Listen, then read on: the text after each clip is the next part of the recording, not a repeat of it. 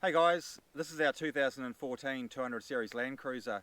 It's a New Zealand VX limited model, so the same spec as the Australian VX Sahara. We purchased the car about 6 months ago with 90,000 Ks on it, and we've spent the last 4 to 5 months building it up to what you see now.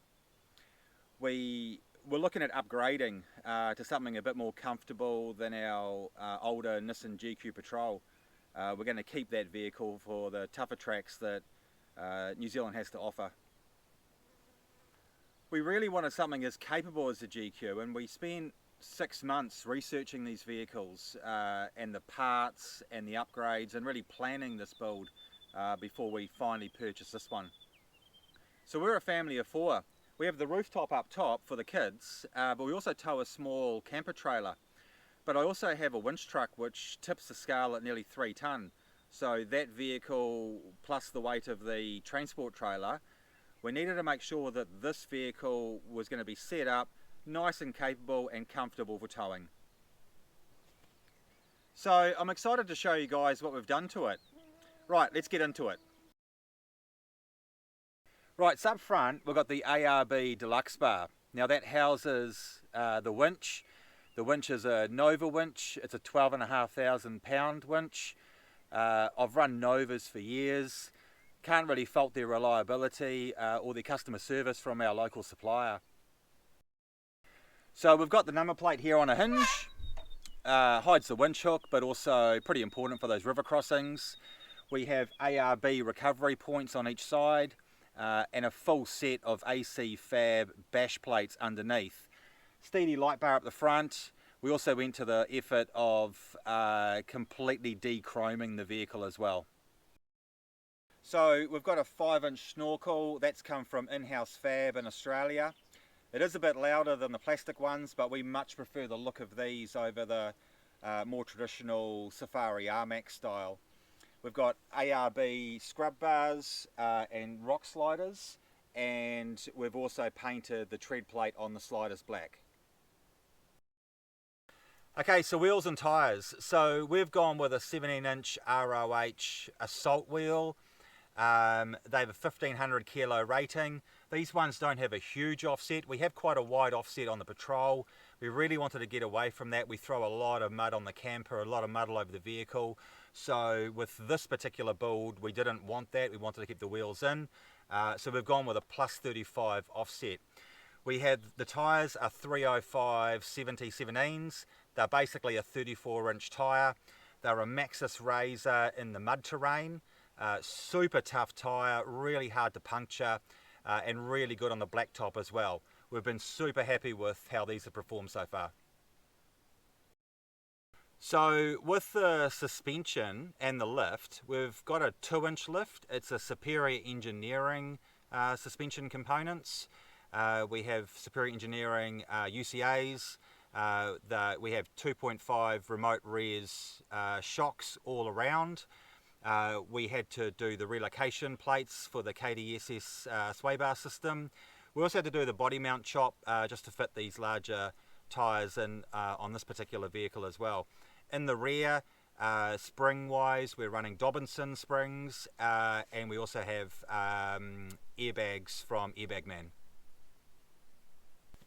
So with the roof, we're running the Rhino Rack backbone system. It's got the Pioneer platform tray on it. We find the mounting system on it really good.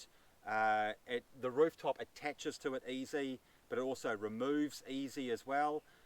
We've got the Steedy amber lights on the side. There's one on each side. They are amazing camping at night time, especially when you're arriving to a bush site late at night.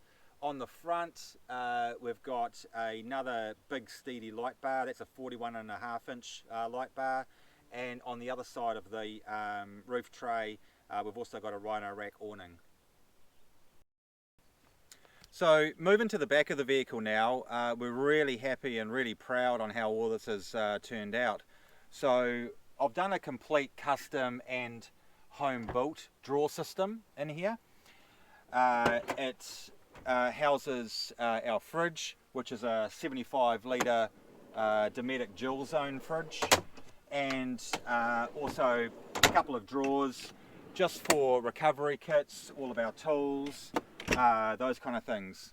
On this side here is basically all of the air side, so my switches for my airbags left and right with the airbag man gauge, obviously my compressor switch, and I've got my air outlet there as well for inflating tyres.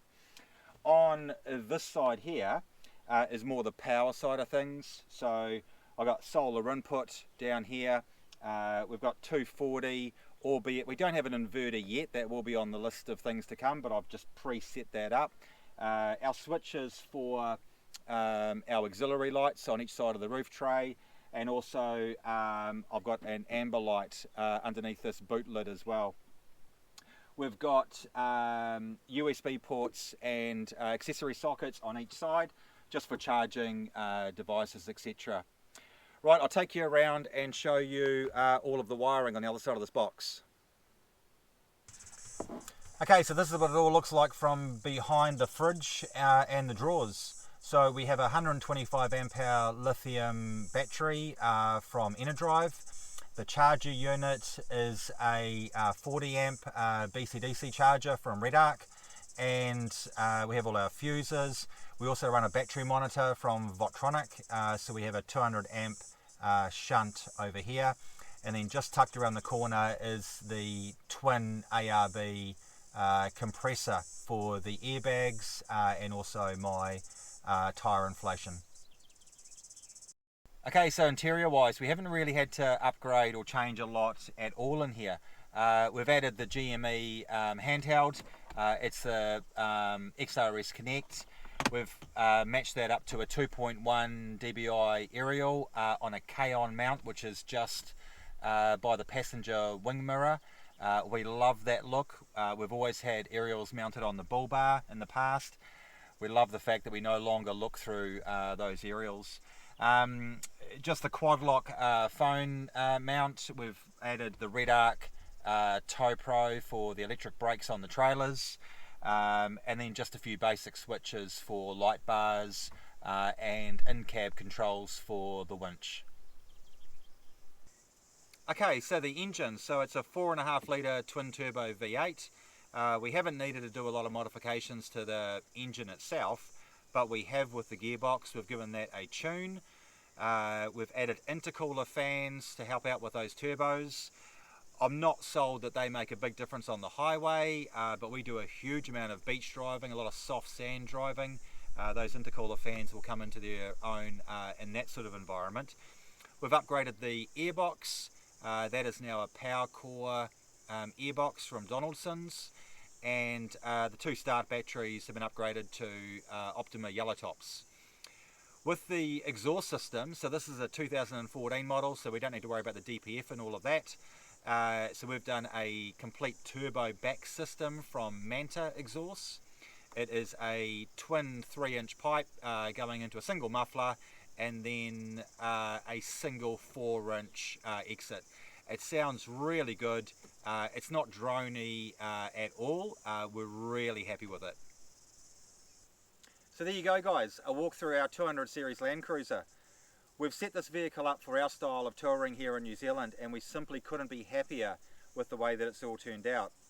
We'd still love to hear comments and feedback, maybe some different ideas, but we hope you've enjoyed the video, and we'll see you on the next one. Cheers!